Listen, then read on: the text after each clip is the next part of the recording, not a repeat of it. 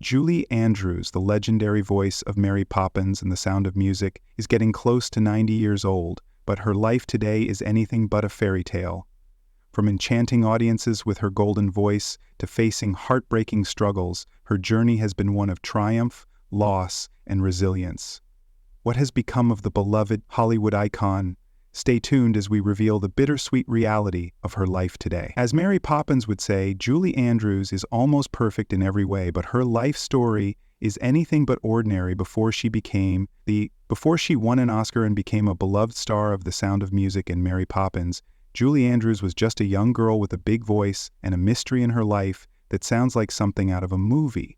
But before we get to that shocking revelation, let's go back a little. Julie was born Julia Elizabeth Wells on October 5, 1935 in Walton-on-the-Thames, England.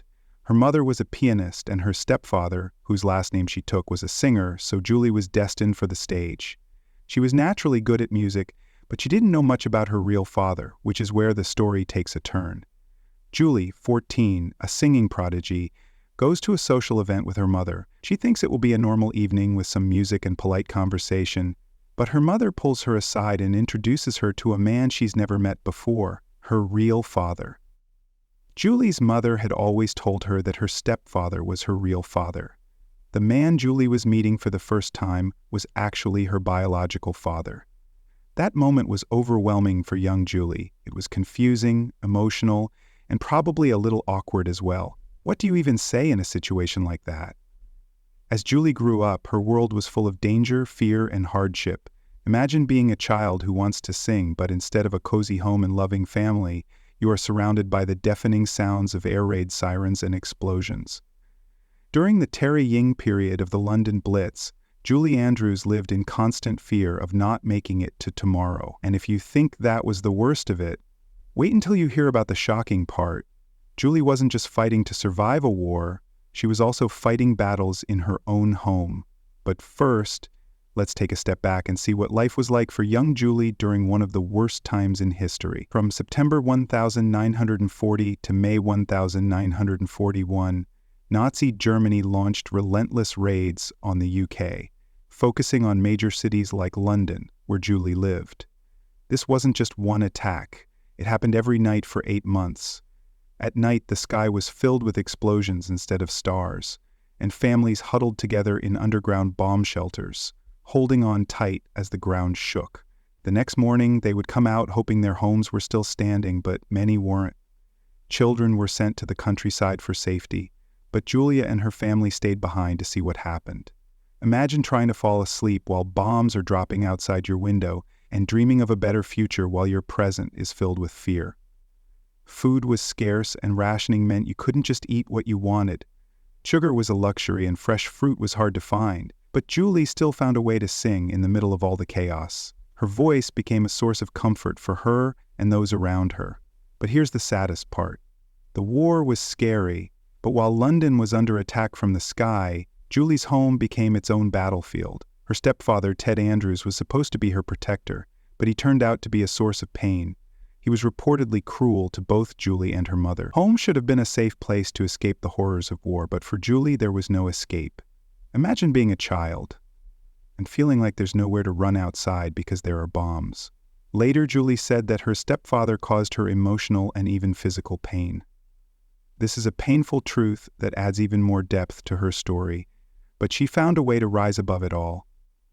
She held on to the one thing that gave her hope: music. While other kids played in the streets or huddled in shelters, Julie was working on her talent. She had a voice that was unlike anyone else's. It was strong, clear, and powerful enough to get through anything.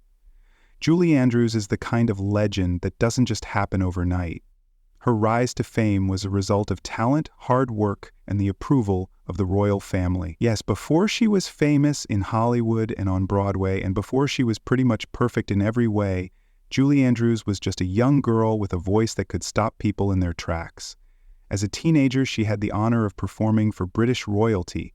The Queen Mother herself praised her, telling Julie that she sang beautifully that night, and just like that, a star was born. By the late 1940s, Julie was already making a name for herself in the English theater scene. But she wanted to conquer America too, like many ambitious stars before her. In the mid-1950s, Broadway welcomed Julie Andrews with open arms. Her first big break was the musical The Boyfriend, which showed off her amazing talent to the world. It was a hit in the US, and soon everyone was wondering who this young woman with the voice of an angel was. Well, Broadway didn't have to wait long to find out, because in 1956, Julie got the role that would change everything. Eliza Dillon in My Fair Lady. If you know anything about theater, you know that this was a big deal. This wasn't just any musical, it was the musical of the time. And Julie absolutely stole the show as the sassy flower girl who becomes a high society lady. Not bad for someone who had been singing for the Queen Mother just a few years before. But Julie Andrews wasn't done yet. After her huge success in My Fair Lady, she took on another legendary role in Broadway and Camelot. It was 1960, and Broadway was at its peak. People were obsessed with the story, the romance, the music, and of course Julie Andrews. Her chemistry with Richard Burton, who played King Arthur, was undeniable, and the songs were unforgettable. 2 Tony nominations in a short amount of time made it clear that she wasn't just a good singer, she was Broadway royalty. But here's where the story takes an unexpected turn. It's 1964, and Julie Andrews is already a big deal on Broadway, but Hollywood wasn't sure about her when they made the movie.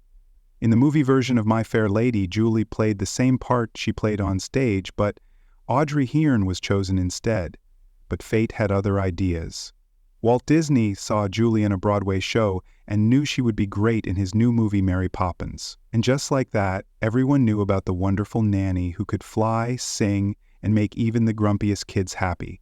Julie was so good in Mary Poppins that she won the Academy Award for Best Actress. And here's the best part. When she accepted her trophy, she thanked Jack Warner, the producer, who had turned her down for My Fair Lady. Talk about classy and savage. But Julie wasn't done yet. But just 1 year later, Julie played another famous role, Maria von Trapp in The Sound of Music. This movie wasn't just a hit, it became a phenomenon, and people still watch it, sing along to DOI, and twirl around in open fields pretending they're Maria. Julie's performance was so beloved that she was nominated for another Oscar. She didn't win that time, but she was now officially Hollywood royalty.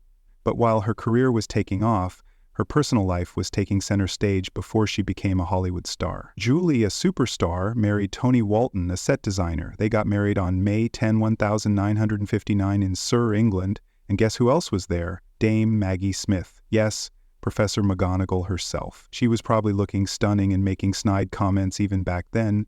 Julie and Tony met in 1948 when she was performing in Humpty Dumpty. Yes, that was a real show. They had a daughter named Emma Walton Hamilton in 1962, but their love story didn't last. They split up after her divorce in 1968. Julie found love again, this time with filmmaker Blake Edwards, who was responsible for the Pink Panther movies and 10 others in which Julie starred with Dudley Moore and Bo Derek.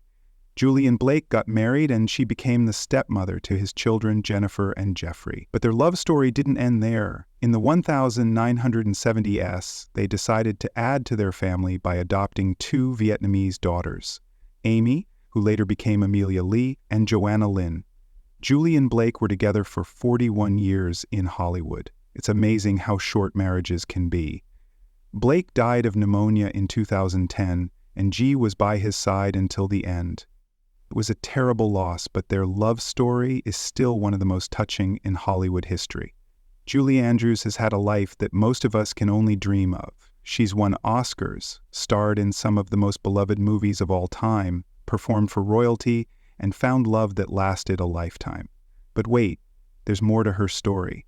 Many people know Julie for her acting and singing, but not as many know about the heartbreaking tragedy that almost ended her career. Julie was called Britain's youngest prima donna, and for good reason. Her voice was light, bright, and operatic, with a warmth that could melt even the coldest hearts.